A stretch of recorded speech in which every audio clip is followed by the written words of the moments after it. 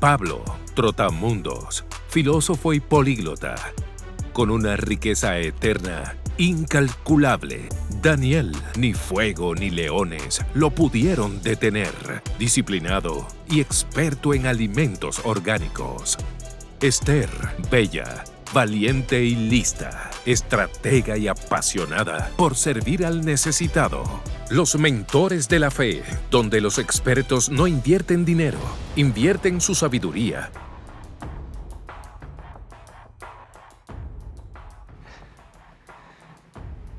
Hola, mentores. Muchas gracias por permitirme hablar con ustedes. La verdad me ha costado entender cómo vivir mi fe. Por un lado, me dicen que debo de ser un cristiano íntegro y que debo demostrarlo con mis acciones. Pero de vez en cuando me gusta hacer cierto tipo de pecadillos. Pecados, Andrés. Llámalos por su nombre. Pero no son tan graves. Luego, cuando voy a la iglesia, el predicador me dice que está mal. Pero malo no es. Para mí, si Jesús ya hizo la obra, ¿quién soy yo para ayudarle? Tienes razón. Yo estaría dispuesto a invertir en ti, Andrés. Y lo más importante, no te pido que cambies. Andrés, no se trata de cambiar o no. Se trata de vivir al máximo de tu potencial. Además, Andrés, la vida cristiana se evidencia en nuestras acciones. Bueno, a mí me gustaría entender un poco más, Andrés, ¿qué tanto tiempo le dedicas y le inviertes a Dios y a otros? Bueno, en el último trimestre estuve apoyando en el Congreso de Jóvenes. También compartí unos versículos en mi Instagram que tuvieron varios likes. Muy bien. Suficiente. Me interesa tu caso. Te voy a hacer una oferta. Y por el porcentaje de obras, ni te preocupes. ¿A quién le importan los demás? Andrés, las buenas acciones son como los signos vitales de la fe. La fe sin obras es fe muerta. Pero en tus libros dice lo contrario. Que somos justificados solo por la fe. Siempre sacando las cosas de contexto. Andrés, te voy a hacer una oferta. Me interesa tu caso y creo que te puedo acompañar en este proceso. Tengo la experiencia necesaria. Pero tendrás que tomar decisiones determinantes y entender la responsabilidad de ser cristiano. Andrés, tienes 2 ofertas. ¿Y tú? ¿Qué consejo tomarías?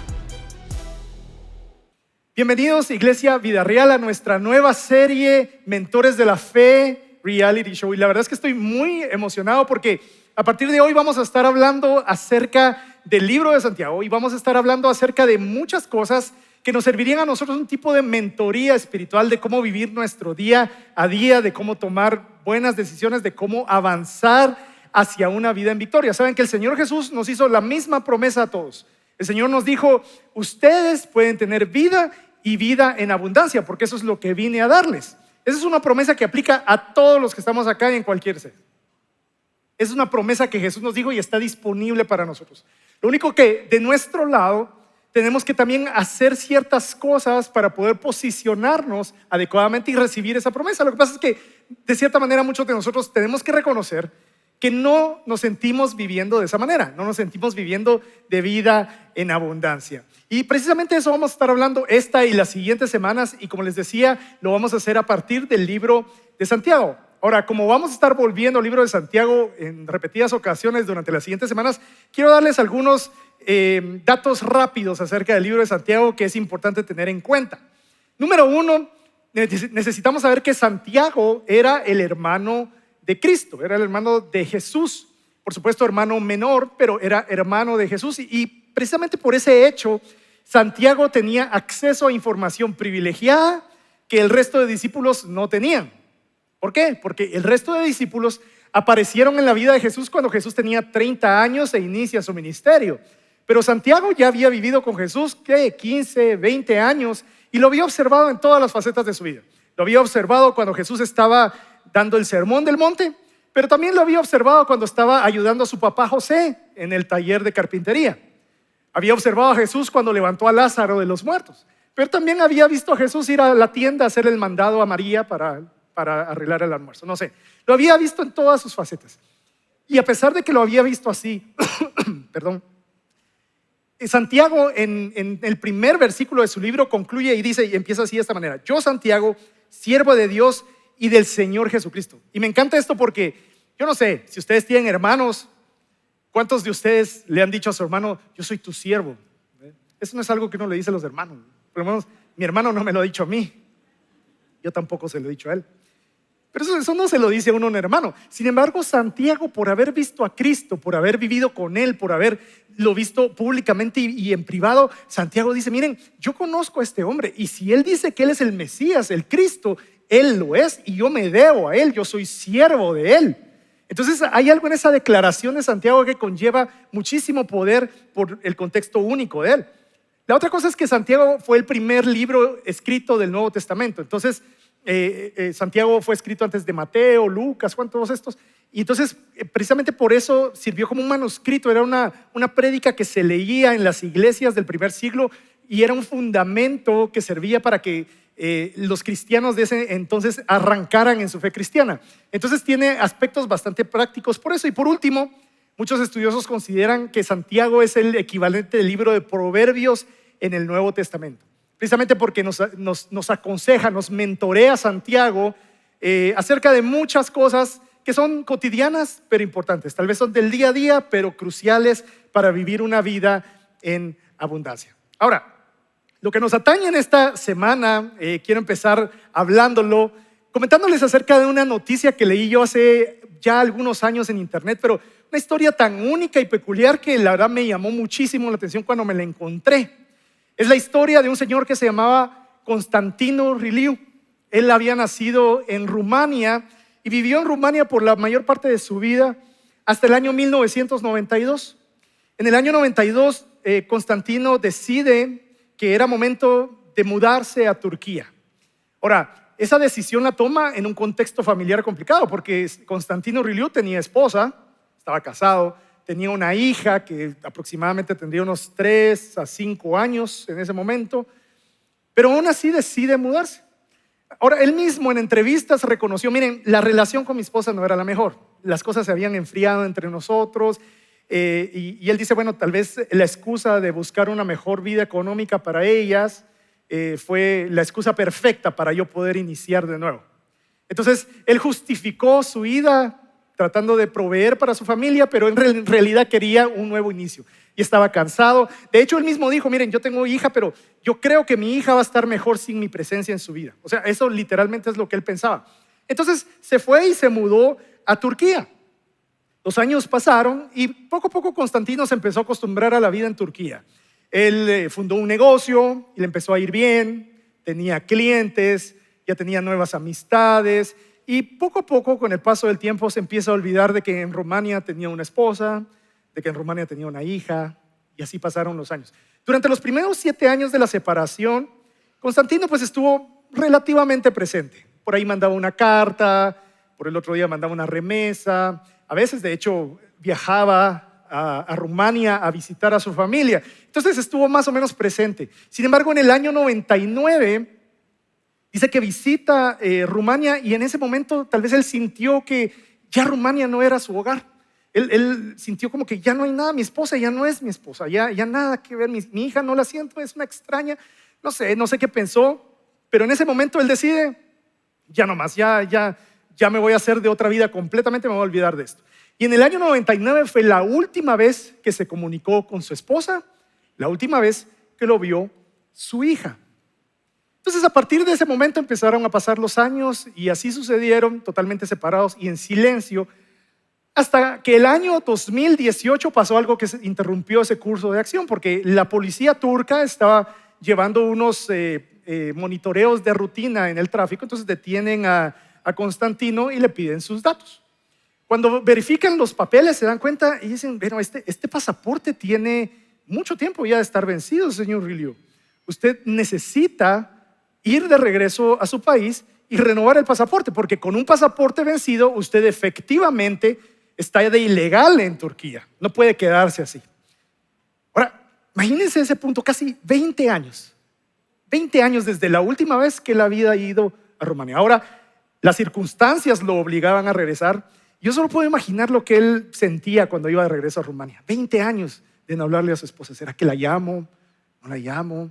Tal vez ya se murió y yo no sé. Tal vez mi hija sí accedería a tomarse un café conmigo.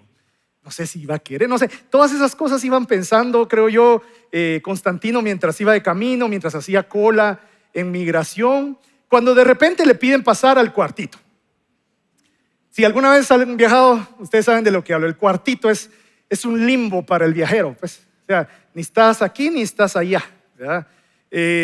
Puede ser un minuto el cuartito, puede ser horas, días el cuartito. Pues yo que tengo esta cara a veces me pasan ahí con cierta frecuencia y pues uno ni modo tiene que esperar, ¿verdad? Entonces el cuartito es un lugar para que los agentes averigüen cosas que le dan duda acerca de uno, ¿verdad? Hay que esperar. La cosa es que Constantino estaba ahí, pero mientras uno está en el cuartito uno se estresa porque uno dice todo lo que los agentes están hablando es acerca de uno, ¿o no? O sea, están buscando en la computadora, de ahí lo ven y vuelven a escribir. Y eso le estaba pasando a Constantino, pero esa mañana los agentes estaban estresados. Se estaban buscando sacar un folder, se estaban haciendo consultas en internet, hacían llamadas, le veían la cara, volteaban. Y así pasaron varias horas. Él estaba ahí sin otra opción más que esperar. Cuando ya por la tarde el agente que estaba a cargo viene y le dice, con una cara muy consternada, le dice: señor Riliu, lamentablemente tengo que comunicarle que pongamos una pausa ahí. Porque a ese punto hay un montón de alternativas, ¿verdad? Un agente de migración que le puede decir a uno: no puede ingresar al país, ¿verdad? Por cualquier razón que se invente, no puede ingresar al país. Esa era una alternativa. Otra alternativa podría haber sido: mire, tanto año que se fue usted de Rumania, debe esta cantidad de impuestos y si no lo paga, no lo dejamos entrar. Esa es otra alternativa. Otra alternativa, por ejemplo, no sé, alguien le puso una demanda y ahora lo tenemos que arrestar. No sé, miren, cualquier cosa que Constantino Riliu se hubiera podido imaginar en su mente, no lo hubiera podido preparar para lo que él escuchó de la gente en ese día. No lo hubiera podido preparar. Porque la gente le dijo: señor Riliu, lamentablemente le tengo que comunicar que usted está muerto. De hecho, tiene 15 años de haberse muerto. Imagínense la cara de confusión que tenía Constantino. ¿Cómo así? O sea, ¿quién vivo escucha esas palabras? Nadie. Usted está muerto. Entonces empieza a averiguar y dice: bueno, mire, si aquí estoy muerto, en Turquía estoy vivo, déjeme regresar. No, porque se le venció el pasaporte. Pero bueno, entonces póngame un sello o algo que me habilite. No, porque está muerto. O sea, él no podía contratar un abogado porque estaba muerto. No podía poner un proceso de apelaciones en su nombre porque estaba muerto. No podía conseguir un trabajo porque estaba muerto. No podía pedir beneficios sociales para vivir porque estaba muerto. No podía, en esencia, hacer nada que una persona viva podía hacer, porque él en papeles estaba muerto. Ahora, a través de un proceso complejo de apelaciones, no sé qué hizo el pobre, pero de alguna manera logró llegar ante un juez a proponer su caso. Entonces él le dice: señor juez, ante la fehaciente evidencia de que yo, Constantino, vivito y coleando, estoy aquí vivo hablando con usted, quiero pedirle a la campaña de anularme el certificado de función. ¿Y saben qué le dijo el juez? No, le negó la apelación. Y esa fue la noticia que yo leí. Este es literalmente el titular. Dice: Corte rumana le comunica a hombre que no está vivo. Corte le dice a hombre que sigue muerto. Qué complejo. Ahora, ¿qué había sucedido? Lo que pasa es que, como decimos por acá, Constantino por muchos años dejó de dar señales de vida. Literalmente eso fue lo que pasó. Pasaron años donde no escribió, donde no llamó, donde no visitó, donde no mandó remesas, donde no hacía nada. Entonces la esposa en el año 2013 va con un juez y le dice: señor juez, ya no escuché nada de mi esposo, por favor declárelo muerto. Debía de estar muerto. Esa era la única explicación, porque un esposo que está vivo, aunque sea lejos, debería querer contactar a su esposa y saber cómo está y mandarle dinero, por lo menos hacerse cargo. Un padre que está vivo, aunque sea que esté lejos, debería querer contactar a su hija, saber cómo le está yendo en la vida, saber si está bien o está mal. Eso es lo que hace alguien vivo. Pero su falta de inacción, la falta de responsabilidad en esos aspectos de su vida, solamente llevó a la conclusión a todos los que estaban alrededor que Constantino debería estar muerto. Y un certificado de defunción solamente lo hizo oficial, honestamente. Pero para todos los efectos prácticos, Constantino Riliu estaba muerto. Ahora, ¿qué caso tan curioso el de Constantino, ¿no?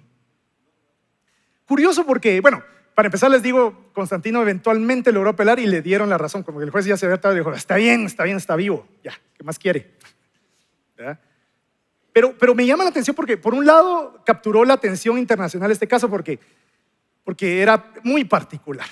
Pero por otro lado, me llama la atención cómo, a pesar de que Constantino tenía una capacidad biológica de respirar, su falta de acción o la forma en la que usaba esa capacidad no rindió evidencia suficiente como para asumir que estaba vivo. Su falta de acción y de responsabilidad habló más fuerte que su capacidad de respirar y lo declararon muerto. Ahora, de algo similar es lo que nos habla Santiago al inicio de su libro, porque Santiago nos quiere incomodar desde el inicio, nos quiere mover un poquito la silla, porque hay muchos de nosotros, amigos, que como Constantino tal vez creemos que estamos vivos, tal vez creemos que estamos bien, pero cuando de verdad importa, cuando de verdad tenemos que sacar pruebas de que estamos vivos, potencialmente estamos muertos y potencialmente llevamos tiempo de estarlo, pero no nos hemos dado cuenta. Ahora, en el contexto de Santiago, específicamente él está hablando acerca de nuestra fe. Nuestra fe debería dar evidencias de que está viva, pero muchos de nosotros potencialmente estamos viviendo con una fe muerta. Y hoy lo que quiero es que hablemos acerca de qué evidencias deberíamos producir si de verdad nuestra fe está viva. Ahora, leamos de Santiago al inicio porque él lo plantea muy bien en el capítulo 2, versículo 14. Dice, amados hermanos, ¿de qué le sirve a uno decir que tiene fe si no lo demuestra con sus acciones? ¿Puede esa clase de fe salvar a alguien? Supóngase que venga un hermano o una hermana que no tiene que comer ni con qué vestirse y uno de ustedes le dice, adiós, que tengas un excelente día, abrígate bien, aliméntate bien, pero no le da ni alimento ni ropa. Pregunta Santiago, ¿para qué le sirve? Como pueden ver, dice, la fe por sí sola no es suficiente, a menos que produzca buenas acciones, está muerta y es inútil. Justo como lo que le pasó a Constantino. Si no damos evidencias de que nuestra fe está viva, según Santiago, está muerta. Ahora, de entrada quiero decirles una cosa para no generar confusiones. La salvación, según la Biblia, claramente no es por obras, es por fe. Es la única forma en la que nosotros podemos acceder a salvación. ¿Por qué? Porque ninguno de nosotros seres humanos, aunque tuviéramos la eternidad de nuestro lado, podríamos acumular suficiente cantidad de buenas obras como para justificar nuestra entrada al cielo. No podríamos. Y como ninguno de nosotros puede, entonces esa fue la razón por la que Jesucristo vino aquí a la tierra a hacer lo que ninguno de nosotros podía hacer para poder darnos salvación. Solo Jesús logró hacer lo que ninguno de nosotros podía. Ahora, según este versículo, la fe necesaria para la salvación sí tiene que tener ciertas características, porque hay tipos de fe, dice Santiago. Santiago dice, hay una fe que está muerta, por ende debe haber una fe que está viva. Dice, hay una fe inútil, seguramente entonces hay una fe útil. Hay una fe activa, inactiva, auténtica, falsa. Entonces, específicamente, mis amigos, una fe viva, una fe que salva, es una fe que naturalmente, consecuentemente, produce buenas obras. Si yo no hago buenas obras como consecuencia de mi fe, entonces me debería cuestionar qué tipo de fe tengo. Me debería cuestionar, ¿será que es una fe viva? Ahora, pensemos en esto para verlo bien claro. Pensemos en un árbol, ¿sí? Un árbol da fruto porque está vivo. No da fruto para ganarse la vida. Ese es literalmente el caso con nosotros. Nosotros deberíamos dar fruto de buenas obras porque tenemos vida, porque tenemos una fe viva. Pero no hacemos buenas obras para ganarnos esa vida. ¿Sí? Lo vamos a leer más adelante para que quede bien claro. Entonces, recuérdense esto. Un árbol da fruto porque está vivo, no para ganarse la vida. Pero es una consecuencia natural de la vida dar fruto. Es una consecuencia natural y esperada. Entonces aquí la pregunta clave es, ¿cómo sé que mi fe es auténtica? ¿Cómo sé si mi fe es un tipo de fe que salva? Hoy quisiera proponerles entonces 3 signos vitales, porque quiero que todos nos tomemos el pulso, ¿sí? Que todos nos tomemos el pulso a nuestra fe individualmente y que podamos pasar esta medida y saber si nuestra fe está viva o no y qué deberíamos hacer al respecto para asegurarnos de que sí. Entonces, la primera muestra, el primer signo vital de una fe viva, es que renuncio a la indiferencia y asumo la responsabilidad de obedecer. Una fe viva me ayuda a mí a renunciar a la indiferencia y hacer lo que se supone que tengo que hacer, a ser obediente en hacer lo que se supone que tengo que hacer. Ahora, Jesucristo contó una historia genial que nos cae como anillo al dedo para ilustrar todo este punto. Y está en Lucas 10 y es la famosa parábola de el buen samaritano. Si ustedes no la han escuchado, aquí la vamos a leer igual. Lucas 10:30, este es Jesús hablando. Dice, un hombre judío bajaba de Jerusalén a Jericó y fue atacado por ladrones. Le quitaron la ropa, le pegaron y lo dejaron medio muerto al costado del camino. Un sacerdote, cuenta la historia, pasó por allí de casualidad. Pero cuando vio al hombre en el suelo, se cruzó del otro lado del camino y siguió de largo. ¿Sí? Después, un ayudante del templo pasó y también vio al hombre ahí tirado. Pero también siguió de largo por el otro lado y avanzó. A mí me parece interesante que Jesús elige a estos 2 personajes para ilustrar a alguien que dice que es una cosa, pero actúa de una forma completamente distinta. Porque un sacerdote y un ayudante del templo serían 2 personajes que uno asumiría fijo tienen una fe viva, ¿o no? Pongámosle nombre al asunto, no nombre, pero rol moderno al asunto. Un sacerdote sería el equivalente a un pastor, a un predicador, a un maestro, a un líder, ¿sí? Un ayudante del templo, ¿quién sería? Un anfitrión, un maestro de niños, un cantante, un técnico, un servidor. Y me encanta que Jesús elige a estas personas para ilustrar que no necesariamente el rol, el nombre que te ponen para hacer en una comunidad como esta importa, sino que en realidad lo que importa es la manera en la que vivís. Tu fe o la fe que decís que tenés debería tener una expresión externa de una convicción interna. Ahora sí quiero decirles esto. Uno de los más grandes bloqueos para que nosotros vivamos una vida de buenas acciones es la adopción de la indiferencia. Es literalmente hacer lo que hizo el pastor, ¿verdad? En esta historia, pasarnos del otro lado de la calle. Ojos que no ven, corazón que no siente, ¿verdad? Me paso así y sigo de largo. Ahora, Dios no te diseñó de esa manera. Dios te diseñó con un corazón que naturalmente quiere conectar con los demás. Porque esa es la naturaleza de Dios, esa es la naturaleza que puso en nosotros. Pero muchas veces nosotros hemos elegido cauterizar nuestro corazón simplemente porque es incómodo involucrarse, es incómodo ayudar, es incómodo y pues no tengo tiempo, pues no tengo la agenda, pues no tengo, tenemos un montón de excusas para eso y elegimos la indiferencia y pasarnos del otro lado del camino. Ahora, Santiago elabora en esto en el capítulo 4:17, donde dice, el que sabe hacer lo bueno y no lo hace, comete pecado. Santiago al hueso, como decimos por acá. Aquí. Era hermano de Jesús, no tenía pelos en la lengua. El que sabe hacer lo bueno y no lo hace, comete pecado. Ahora, esto es bien interesante, mis amigos, porque cuando yo pienso en pecado, usualmente pienso en cosas que hago, ¿verdad? Mentí, hice el pecado, ¿verdad? Robé, agarré algo que no era mío, me lo llevé, cometí pecado. Eso es usualmente como uno piensa acerca del pecado. Pero en este caso Santiago está diciendo, mira, no todos los pecados funcionan así. Este pecado es el pecado en el que no haces nada. porque deberías haber hecho algo. Sabes lo que deberías hacer, tenés la capacidad de hacerlo y decidiste no hacerlo. Este pecado se llama indiferencia y es el pecado de no hacer nada. Como le decía el mentor Andrés ahí en el video, necesitas tomar responsabilidad de tus decisiones, necesitas tomar responsabilidad de lo que te toca hacer. A veces eso implica ensuciarte las manos, pero implica dejar de lado la pasividad, dejar de lado la comodidad. Ahora quiero decirte una cosa. La comodidad es la cama donde tu alma se acuesta a dormir y lentamente se muere. La persecución ciega y única de la comodidad es la cama donde tu alma se acuesta a dormir cómodamente y se muere.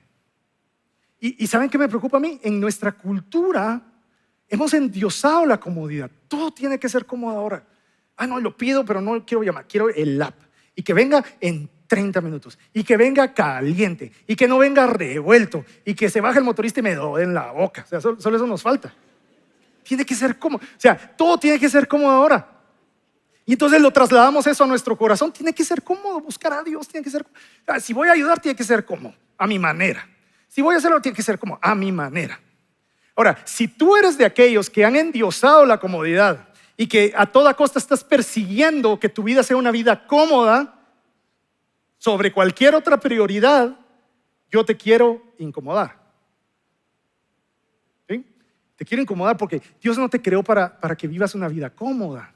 Te creó para que vivas una vida de significado. ¿Cuál es el reto? Aquí lo da Santiago 1:22. Dice, no solo escuchen la palabra de Dios, tienen que ponerla en práctica. De lo contrario, solamente se engañan a ustedes mismos. Ustedes creen que están vivos, pero no están vivos, en otras palabras. Tipo Constantino, pues, si escuchas la palabra, pero no la obedeces, sería como ver tu cara en un espejo, te ves a ti mismo, sabes quién eres, te das la vuelta y se te olvida cómo eres. Ahora, este ejemplo es del primer siglo, ¿a ustedes? Hoy tenemos espejos por todos lados. ¿Ya? Tenemos cámaras, tenemos video, si alguien me toma una foto y la veo por ahí, digo, sí, ese soy yo. Me sé reconocer la cara que tengo, pues. Me guste o no me guste, me la sé. ¿Ya? Pero en el primer siglo no era así, porque los espejos no eran tan prolíficos. Entonces, cuando alguien veía un espejo, decía, ¿y eso qué es? ¿Ya? ¿Eso sos vos qué? ¿Ah? Nadie se conocía su cara, que es un concepto bien raro para nosotros de captar, pero no se conocía. Entonces, cuando veían un espejo, era así, soy yo, ser caras, ¿verdad? Pero decía Santiago, igual tu cara es algo muy importante acerca de ti. Entonces la aplicación aquí es que te ves en un espejo, te reconoces, sabes quién eres y aplicado a lo que dice de escuchar y actuar, él está diciendo ahí, te ves y sabes lo que tienes que hacer, sabes tu naturaleza y reconoces que fuiste creado para eso. Pero si te das la vuelta y no haces nada, es como aquel que se ve en un espejo, se reconoce, sabe lo que tiene que hacer y se le olvida.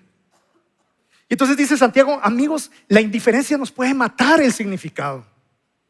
Y tenemos que recordarnos de hacer buenas obras, tenemos que decidir dejar la indiferencia de lado, porque esto es importante, que no se nos olvide simplemente como que vemos nuestro rostro en un espejo y después se nos olvida. No nos puede pasar. Entonces, el primer signo vital de una fe viva es que yo puedo dejar de lado la indiferencia y puedo tomar responsabilidad de lo que me toca hacer.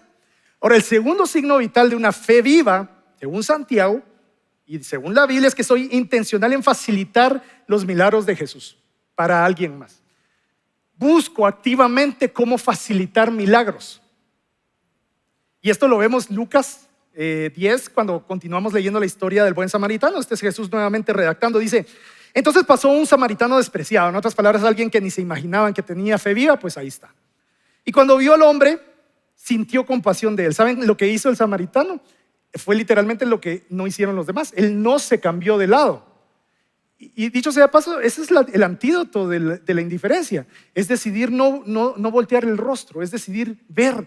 Porque dice que él vio y sintió compasión y le vendó las heridas y lo curó. Dice que lo subió a su burro, a pesar de que él se podía ir sentado en ese burro. Dice que lo subió a él y se lo llevó hasta un alojamiento donde cuidó de él.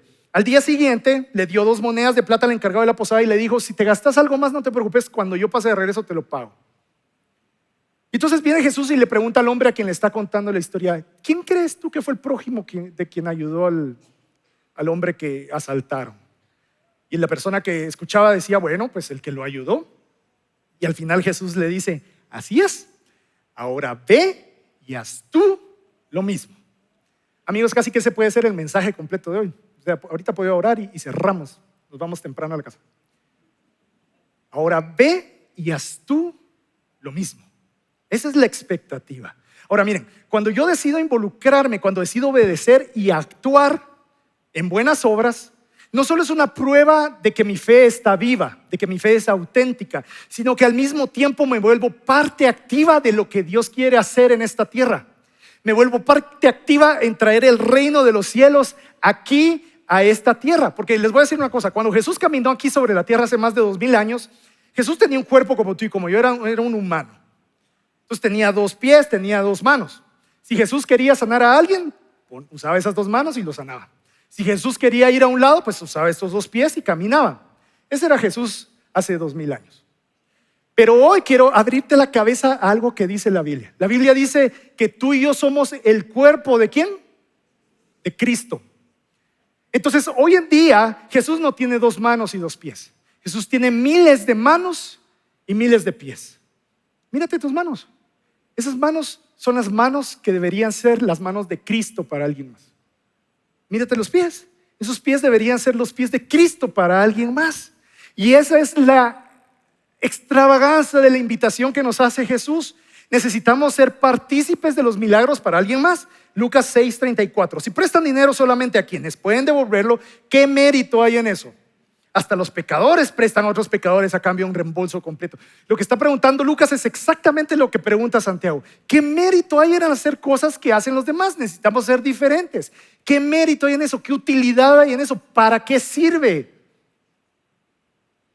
Ahora, yo no sé si esto lo he contado antes acá, pero igual, cuando mi hermano y yo, tengo un hermano menor, cuando mi hermano y yo éramos niños, yo tenía tal vez unos 9, 10 años, él unos 8, nosotros en la casa teníamos muchísimos problemas financieros, muchísimos, y no tengo el tiempo para elaborar, pero sirva decir que eran muchísimos, al punto de que habían días que no sabíamos si íbamos a cenar, porque literal no había nada en la cocina, y Dios nunca nos dejó. Yo me acuerdo que personas venían de la nada y nos daban en el momento justo unas bolsas del supermercado, y con eso comían, y no les digo que pasó 2 veces, o sea, pasó un montón de veces. Entonces yo me recuerdo de eso, y cada vez que alguien ayuda a alguien, yo digo, pues uno no sabe el milagro que es eso en la vida de alguien más. Sin embargo, en una ocasión se pusieron las cosas gruesas y pues en contra de la voluntad de mis padres y por situaciones que no tengo el tiempo para contarles, pues dejamos de pagar 6 meses de renta de la casa donde vivíamos. Nosotros vivíamos por allá en la zona 7 y no pudieron pagar mis papás por 6 meses. Entonces un día se puso complicada la cosa y mi papá nos dijo, miren niños, fue muy honesto y dijo, miren niños, en cualquier momento estos días va a venir un judicial a sacarnos de la casa. Y ese un judicial, esa fue la primera palabra que escuché, la primera vez que escuché esa palabra, pero un judicial. Yo me imaginaba un Robocop allá afuera que nos iba a echar de la casa, ¿ya? Una herida que no he sanado, oigo judicial y todavía se me hace. Si alguien es judicial, no me lo tome personal. Pero eso pasó. Entonces, cuando alguien tocaba la puerta, nosotros teníamos que ver por la ventana a ver si no eran los judiciales. Y si yo veía, no sé, alguien con cara enojado allá afuera, pues de plano podía asumir que era el judicial y pues no abríamos la puerta, como si eso iba a prevenir algo, ¿no? Entonces, muy duro eso. Pero un día de esos, pues, una persona que no sé quién fue, tal vez me contaron, se me olvidó, no sé. Pero una persona decidió ir con el dueño de la casa donde nosotros vivíamos y le pagó no solo 6 meses de renta que debíamos, sino que le pagó 4 meses más de renta. 4 meses más de renta. Yo me recuerdo cuando mi papá nos dijo eso. Eso para mí fue un milagro. Porque a nosotros nos tocaba tener nuestras cosas en la calle porque no teníamos a dónde ir. Y porque alguien decidió quedarse de ese lado del camino y justo como el buen samaritano sacar de su bolsa para ayudar, fue el milagro que nosotros necesitábamos en ese momento. Pero miren, a veces yo no digo, oremos unos por otros, es bueno, no estoy diciendo que no lo hagamos, pero a veces nos quedamos solo en orar cuando deberíamos actuar. Miren los discípulos, Llegaron con Jesús cuando estaban en la multitud, le dijeron, Señor Jesús, ya la multitud tiene hambre. ¿Qué les dijo Jesús? Vayan ustedes y denle de comer. ¿A qué me vienen a decir? Ustedes denles. Es lo mismo. A veces llegamos, Señor, bendice a tal persona. Y Dios está arriba así porque ya hubieras hecho vos eso, lo haces más corto, pues. Si tienen la capacidad, saben lo que tienen que hacer, no hacerlo es pecado, dice Santiago. Mateo 5:16, de la misma manera dejen que sus buenas obras brillen a la vista de todos para que todos alaben a su Padre Celestial. Dejen que sus buenas obras brillen para que todos alaben a su Padre Celestial. Yo quiero decirles una cosa. Ese día que esa persona pagó esos 10 meses de renta, ese día en la casa de la familia Diegues hubo alabanza para Dios. Gracias a alguien que no volteó la cara. Sus buenas obras brillaron. Mire que ni me acuerdo quién fue, pero me acuerdo que Jesús lo mandó. Esa persona fueron las manos y los pies de Cristo para nosotros en ese momento. No podemos dejar pasar de lado, amigos, la invitación que Jesús nos está haciendo a provocar milagros cotidianos en otras personas. Nos toca, es nuestro privilegio hacerlo. Entonces ese es el segundo signo vital. Y el último que quiero dejarles para reconocer si mi fe está activa es porque me impulsa un FOMO santo por vivir el propósito para el cual fui creado. Un FOMO santo. ¿Cómo así un FOMO? No es un dedazo. Un FOMO santo. ¿Saben qué es un FOMO? FOMO en inglés es un acrónimo que significa Fear of Missing Out, que se traduciría al español algo así como el temor de perderme de algo. Y todos hemos sido víctimas del FOMO, porque lo usan mucho en marketing. Por ejemplo, cuando nos dicen, llame ya, porque solo quedan 2 unidades. Es así como que, agarra el teléfono, llame. Pero lo necesitan. No, pero se van a acabar. ¿Verdad? Ese es el FOMO. O cuando le dicen a uno, mira, si no vas a la fiesta, el lunes todos van a estar hablando de la fiesta y tú no vas a saber qué pasó. Necesito estar en esa fiesta. Ese es el FOMO. No me tengo que perder de eso. Entonces miren, el FOMO se usa para esas cosas, ¿verdad? Para esas cosas pasajeras tal vez, pero en realidad sí nos da un empujón. O sea, el FOMO nos hace reaccionar, nos da un impulso que necesitamos y nos lleva a la acción. Y por esa precisa razón es que yo los quiero invitar a mis amigos a que desarrollemos un FOMO santo, de tal forma que no te pierdas el propósito por el cual Dios te creó. Te puede pasar todo, pero no te puedes perder el propósito por el cual Dios te creó. Porque aquellos que tienen una fe viva no quieren dejar cosas sobre la mesa, no quieren dejar la oportunidad de cumplir el propósito por el cual Dios los salvó. Miremos Efesios 2:8 al 10. Aquí empezamos a hablar lo que les decía al inicio. Efesios deja clarísimo cuál es el rol de las obras en la salvación, porque empieza diciendo, Dios los salvó por su gracia cuando creyeron. Ustedes no tienen ningún mérito en eso, es un regalo de Dios, clarísimo. La salvación no es un premio por las cosas buenas que hayamos hecho, así que ninguno de nosotros puede jactarse de ser salvo. Es decir, ninguno de nosotros se puede llevar el crédito de que yo me merezco más la salvación que ti. O sea, Jesús lo que dice ahí es, no quiero escuchar nada de eso, porque ninguno de ustedes se merece la salvación. Lo tuve que hacer yo por ustedes. Pero sigue diciendo, pues somos la obra maestra de Dios. Él nos creó de nuevo en Cristo Jesús a fin de, con el propósito de que hagamos las cosas buenas que preparó para nosotros de antemano. Hay muchas personas que preguntan, mira, ya Dios me salvó, ¿y ahora qué? Aquí está el qué. Dios te salvó con un propósito. Te salvó para algo, a fin de que hagas cosas buenas que preparó de antemano. ¿Sabes qué quiere decir eso? Jesús diseñó buenas obras que te caen como anillo al dedo a la configuración que tú tienes, a tus dones, a tus habilidades, a tu forma de ver las cosas, a tu pasado, a tu presente y quién vas a ser en el futuro. Hay buenas obras que Dios diseñó de antemano para ti, que solo tú tienes la capacidad de hacer porque fueron diseñadas específicamente pensando en ti. Ahora escucha esto entonces. Hay muchas cosas que no van a ocurrir en tu familia. Hay muchas cosas que no van a ocurrir en tu vida. Hay muchas cosas que no van a ocurrir en tu empresa, en tu círculo social, en tu matrimonio, si tú no las haces.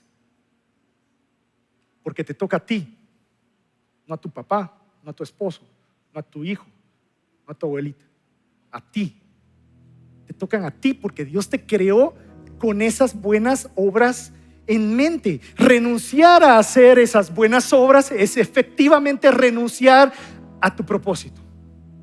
Es dormirte en esa cama de comodidad para despertarte y dar cuenta que te pasó la vida cómodamente, pero sin significado, sin propósito. Y eso sería lo más triste que te puede pasar. Primera de Juan 3:18. Queridos hijos, que nuestro amor no se quede solo en palabras. Mostremos la verdad por medio de nuestras acciones. Y mira lo que dice: nuestras acciones demuestran que pertenecemos a la verdad. Entonces estaremos confiados cuando estemos delante de Dios. ¿Sabes qué quiere decir esto? Porque en algún momento tú te vas a parar delante del trono. Y lo que está diciendo aquí Juan es: vas a estar confiado y vas a poder decirle al Señor: mira, Señor, yo sé que tú me mandaste a hacer un montón de cosas, pero te quiero decir confiadamente, con todo mi corazón, te quiero decir que con todas mis fuerzas, con todas las intenciones, con todas mis energías, me las traté de acabar todas. No dejé nada sobre la mesa. Nada de lo que me pediste que hiciera se quedó pendiente. Y si se quedó algo pendiente, tal vez no lo vi, perdón. Pero las cosas que yo estaba consciente que tenía que hacer, las hice. Eso es estar confiado delante de Dios, porque nuestras acciones demuestran que pertenecemos a la verdad. No dejé nada sobre la mesa. Quiero invitarte a que te pongas de pie en esta hora. Te quiero lanzar el reto: que te dé temor no vivir el propósito para el cual Dios te creó. Que te dé temor no hacer las buenas obras que Dios hizo de antemano para que tú hicieras. Ahora quiero que cierres los ojos por un momento y que pienses y te conectes con el Señor, porque este es un tiempo entre tú y el Señor. No es en pareja, no es en familia, no. Este eres tú, este es un llamado individual. Y el Señor te quiere hablar en este día. Y te quiero decir, si alguien nos dio el ejemplo de cómo hacer buenas obras, ese fue Jesucristo, porque Él se involucró. Él no fue indiferente, Él no se cambió del lado de la calle. Lo hubiera podido hacer, sí, pero no lo hizo. Y se involucró hasta la última de las consecuencias, dando su vida para que hoy tú y yo estuviéramos acá. Ese es el impacto real de alguien que decide cumplir su propósito. Ese es el impacto real que alguien decide vivir para lo que fue creado. Entonces quiero decirte a alguien: si no has hecho la oración para recibir la salvación por fe, por gracia, como regalo de la obra del Señor Jesús en la cruz, hoy tienes que empezar por eso. Es lo primero que tienes que hacer, y es un regalo gratis que se recibe por fe. Así que quiero invitarte a que hagas esta oración conmigo. Señor Jesús, hoy reconozco que no puedo hacer nada por mí para ganarme la salvación. Y hoy reconozco que necesito tu ayuda para ser salvo, por lo que te recibo hoy como mi Señor y mi Salvador. Quiero confesarte como Señor de mi vida y quiero que me ayudes a vivir con el propósito para el que me creaste. En el nombre de Jesús. Amén. No abras tus ojos ahora, pero te quiero decir, si hiciste esa oración conmigo aquí en cualquiera de los puntos, no te vayas sin hablar con alguien. Queremos orar por ti en la bienvenida a la salida. Ahora, para los demás que estamos acá, como la Biblia nos invita a llamarnos hermanos y hermanas en la fe, mis hermanos y mis hermanas, quiero leerles una frase de Brennan Manning mientras tienen sus ojos cerrados. Dice así: la causa principal del ateísmo en el mundo hoy en día son los cristianos que reconocen a Jesús con sus labios, pero salen por la puerta y lo niegan con su estilo de vida. Eso es lo que un mundo incrédulo simplemente encuentra increíble.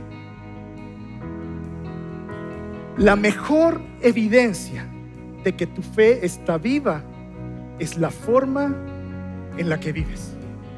Entonces yo quiero invitarte a que hoy cantemos esta canción y que escuchemos la letra y nos dejemos retar por lo que dice, que oremos y le pidamos a Dios con todo: Señor, quiero hacer lo que tú has dicho que haga. En el nombre de Jesús cantemos. Déjanos ver lo que entristece tu corazón, la iglesia que deseas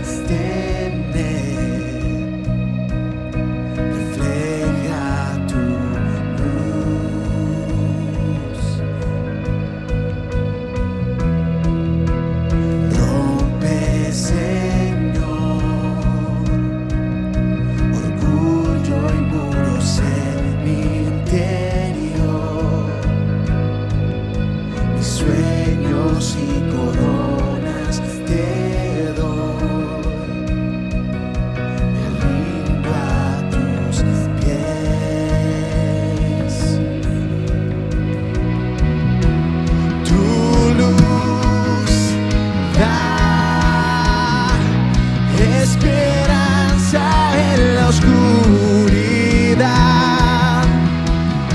que todos puedan ver Cristo mi Dios, grande y digno de alabar. Oh, con todo Dios, con todo Dios, cantaré de tu gloria. Con todo Dios, con todo Dios, mi alabanza daré. Oh, oh, oh,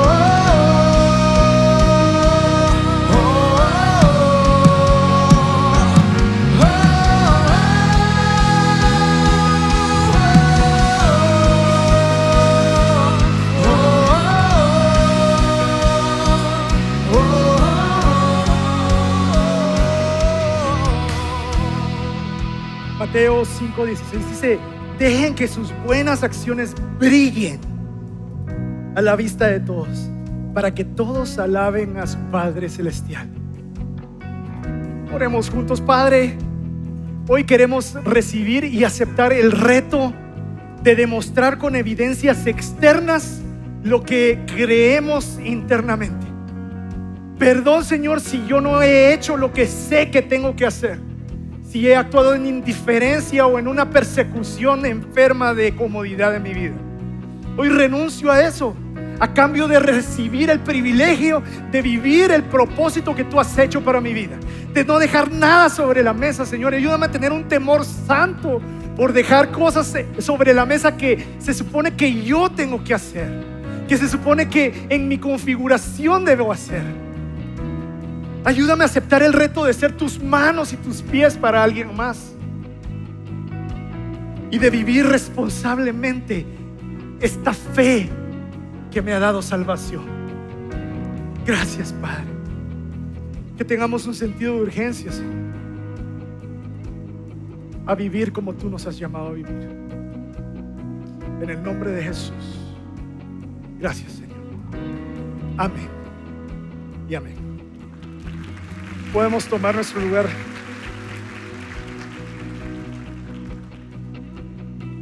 Yo quiero invitarlos a un momento de adoración a través de nuestros diezmos y ofrendas, y quiero leerles un versículo que leímos bastante seguido cuando recogemos ofrenda, pero es uno de mis favoritos en este contexto, porque dice Corintios 9:7, primera: cada uno debe decidir en su corazón cuánto dar, y no den de mala gana ni bajo presión, porque Dios ama a la persona que da con alegría. Entonces, en otras palabras, yo no quiero que nadie aquí dé ofrenda por FOMO, por presión. No es ni nuestra intención, ni es lo que Dios quiere de nosotros. Lo que dice aquí es que Dios ama a quien da y da con alegría. Entonces, quisiera que todos oráramos y le dijéramos al Señor: Jesús, ayúdanos a ser dadores alegres. ¿Les parece? Oremos.